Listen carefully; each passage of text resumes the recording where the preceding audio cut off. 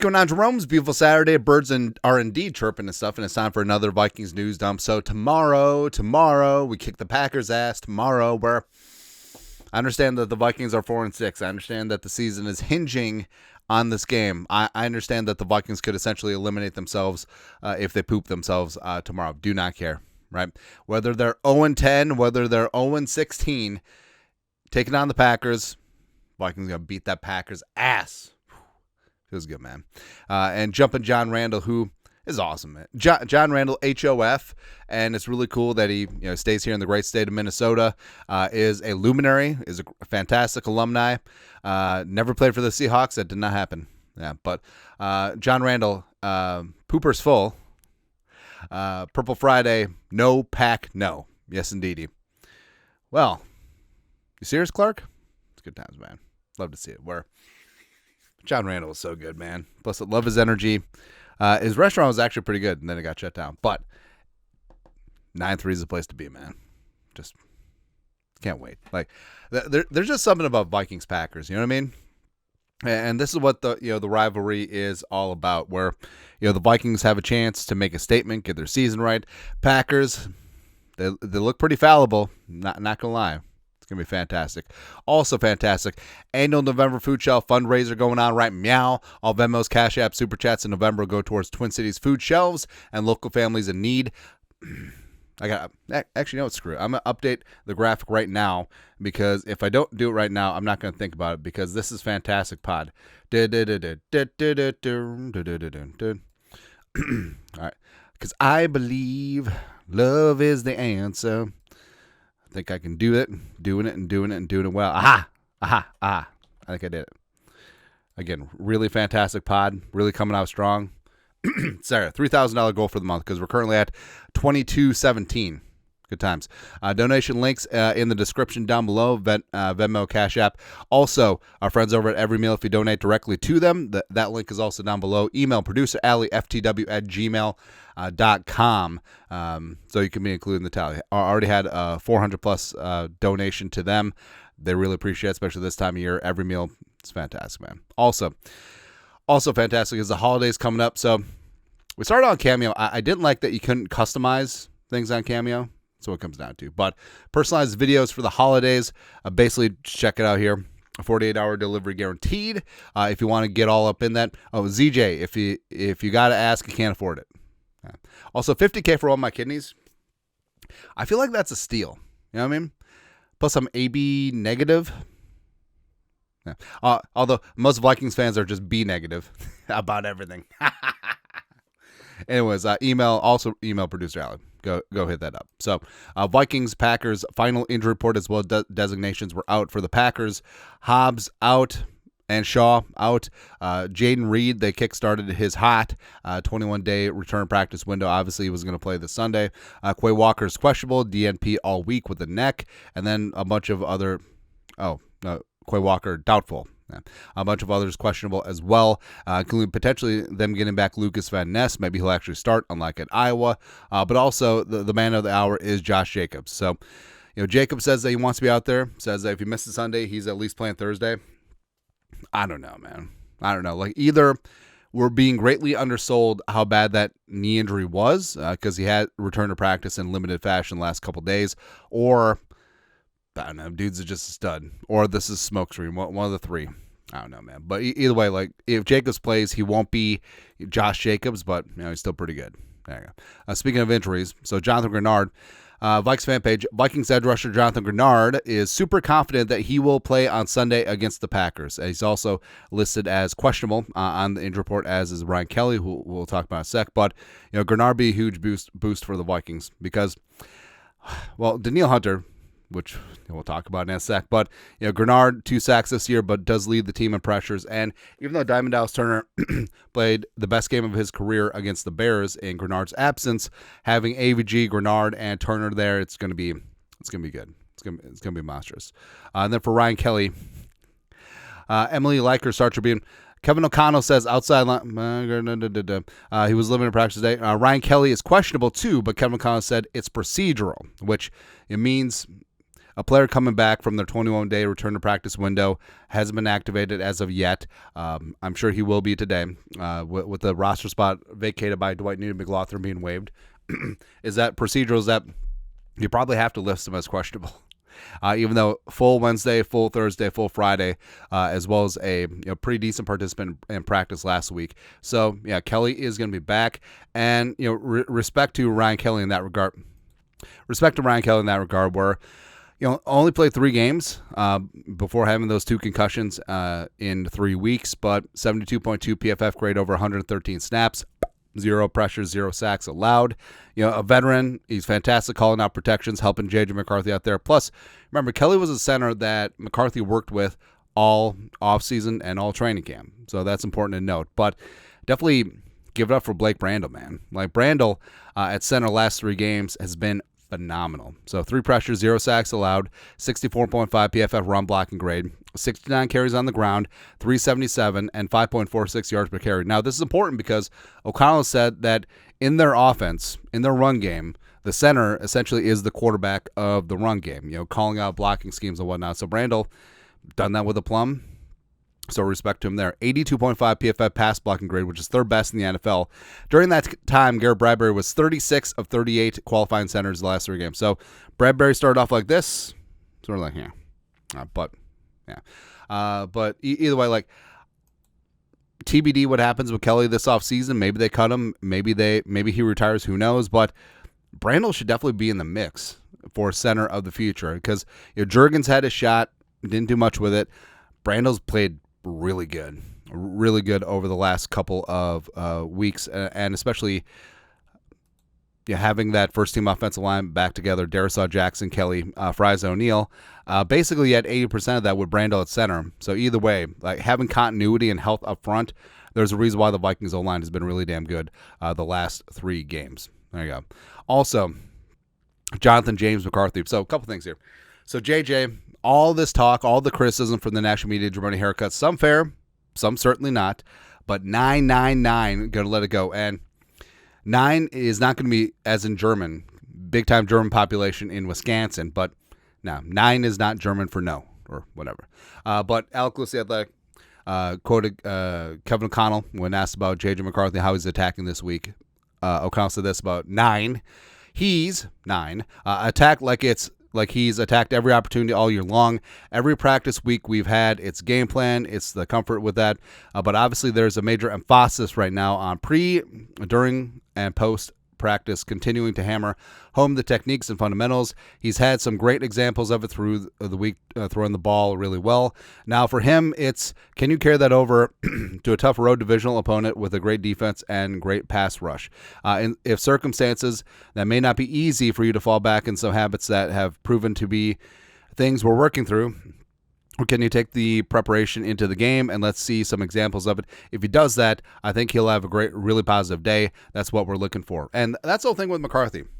If McCarthy had sucked ass in practice, it would have leaked.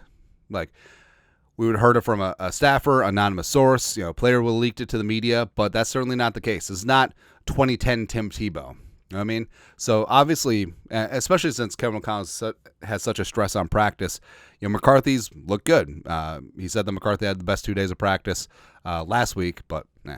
And it is about carrying it into the game. And it is about just reps upon reps upon reps until it's just muscle memory and he doesn't have to think about it. Because you can tell when he's overthinking, when he's pressing out there, when the confidence gets shot a little bit. But McCarthy, not afraid to put in the work, and they'll do the best they can in season, even though this is really more of an off-season, maybe a multi-off-season thing. But things will be fine. Things will be fine with 9. Just don't think, just do. Also, this is fantastic too. Vikes fan page. So, J.J. McCarthy's dad, Jim, Big Jim McCarthy, was on a Michigan podcast, and he relayed this story.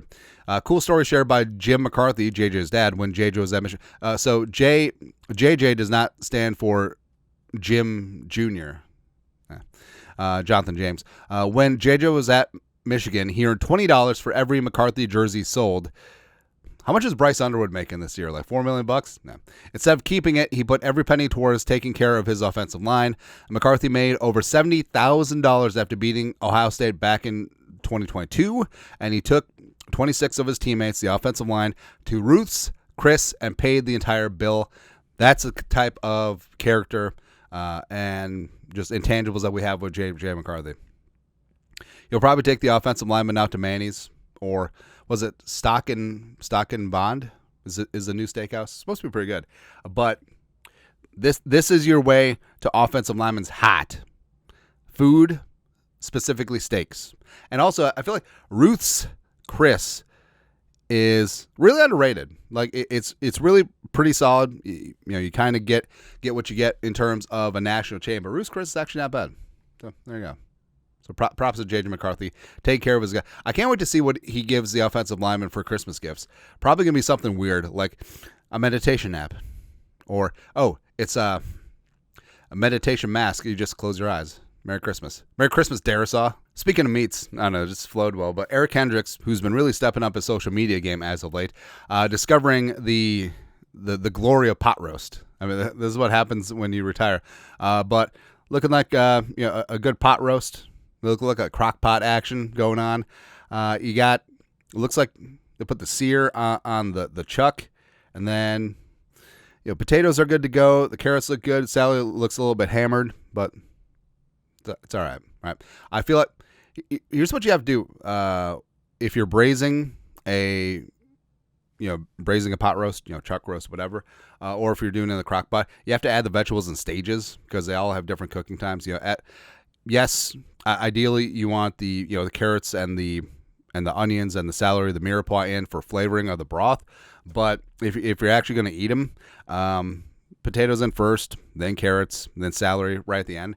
I actually do a little bit shallower because I actually like a little bit toothsomeness on the vegetables. Not the potatoes, but the other ones. But either way, it's looking kind of good. Although, do a little bit of drippings, reduce that down, do a little demi-glace on top. Let's go, baby. Let's go. But, Kendricks, we have the meats. That's what we're going for. Also, Wheel of the Throw Rocker taking in some Friday Night Lights. Historic U.S. Bank Stadium. State football championships. Will Rockers out there scouting. Hey, how'd you get that deal on the suite? Plenty of good seats available. This would be the crowd if Kirk Cousins was still here. So mean. Yeah. But, great that Will of the Thrill is taking in the sights and the sounds. It's good times. Also, so we want to get back to run the damn ball. And yes, we have Aaron Jones. Yes, we have Jordan Mason. Yes, Cam Akers is there as well. But I don't know. It just feels like we need a little extra diesel power. You know what I mean? Tom Pelissero, former Texans running back Dameon Pierce cleared waivers and is now a free agent. Now, Pierce is pretty solid. I think he's a 4th-round pick by the Texans. Coming out of Florida. Former teammates with Cam Akers. And he's actually kind of an underrated receiver. They just haven't used him in that role. But his role with the Texans has been just decreasing over and over and over again. Plus, even though Mixon's been out, they got Woody Marks is emerging, the pride of USC. Plus Nick Chubb, the remnants of Nick Chubb is there. But Pierce, he's run for 8 touchdowns, 4 yards a carry, which is solid for a power back. 1,600 rushing yards. It just feels like we need a little bit more attitude in the run game. And I would certainly add him to the mix when it comes to Aaron Jones, when it comes to Jordan Mason, just having those options. You know what I mean? That'd be good. Or hell, just play Xavier Scott. Don't know. But also Thursday night, so the Texans, as 6-point dogs, took care of the Bills, which the Bills are poopy. I understand they had a bunch of injuries, but Josh Allen, everyone's like, hey, Josh Allen needs more help. He was literally given 14 points by James Cook, who pretty damn close to Dalvin, looking pretty damn good. Also had the kick return touchdown. How does Josh Allen have 0 touchdowns and 2 picks, and he just skates? If J.J. McCarthy had that stat line, he would be crucified. But the Texans social team, fantastic troll job here. This is good. So after the game, hand out buffalo wings. Our guy, Daniil, the real deal hunter, the Texans mascot. What's his name? I don't know. Beef? That would be a great name for a mascot. Yeah. But Daniil, so right now, PFF, Daniil Hunter has 7 sacks during the Texans' 3-game winning streak. There you go. He and Will Anderson are looking really damn good. And all I can say is I really hope that Jonathan Greenard plays and looks good on Sunday. That's all. And, Danielle Hunter, I'm glad that he got to go home. The pride of Katy, Texas, playing in Houston, that's really good. No state income tax, warm weather year round. Fully get it. But, Danielle will always be special to Vikings fans. Probably a future Ring of Honor guy. Like to see it. Lastly, they hate you, 9. The national media does not give you the time of day. They called your NFC Offensive Player of the Week award, week 1 against the Bears, fraudulent. Beating the Lions, fraudulent. They love to kick you when any indiscretion comes up or any little mistake comes up or any inconsistency comes up. Oh, he's not the guy. He's a bust. Knew he's a bust. Blah, blah, blah, blah, blah, blah, blah. All he could do at Michigan was hand off and cheat with Connor Stallions. That's it. Please. Center yourself. The Vikings honestly have no excuse not to go up to Green Bay and burn the house down because this is the healthiest that the team has been all year. And for all of the hype that this team had this offseason, where you had this FU offensive line, you have a good running game, you have the best wide receiver in the game, and a complement of weapons, you have this defense that can get after the passer and stop the run, and also hopefully take the ball away. You have everything that you need right here, 9. So let's see it. Yeah, let's see a game with 70% completion percentage. How about that?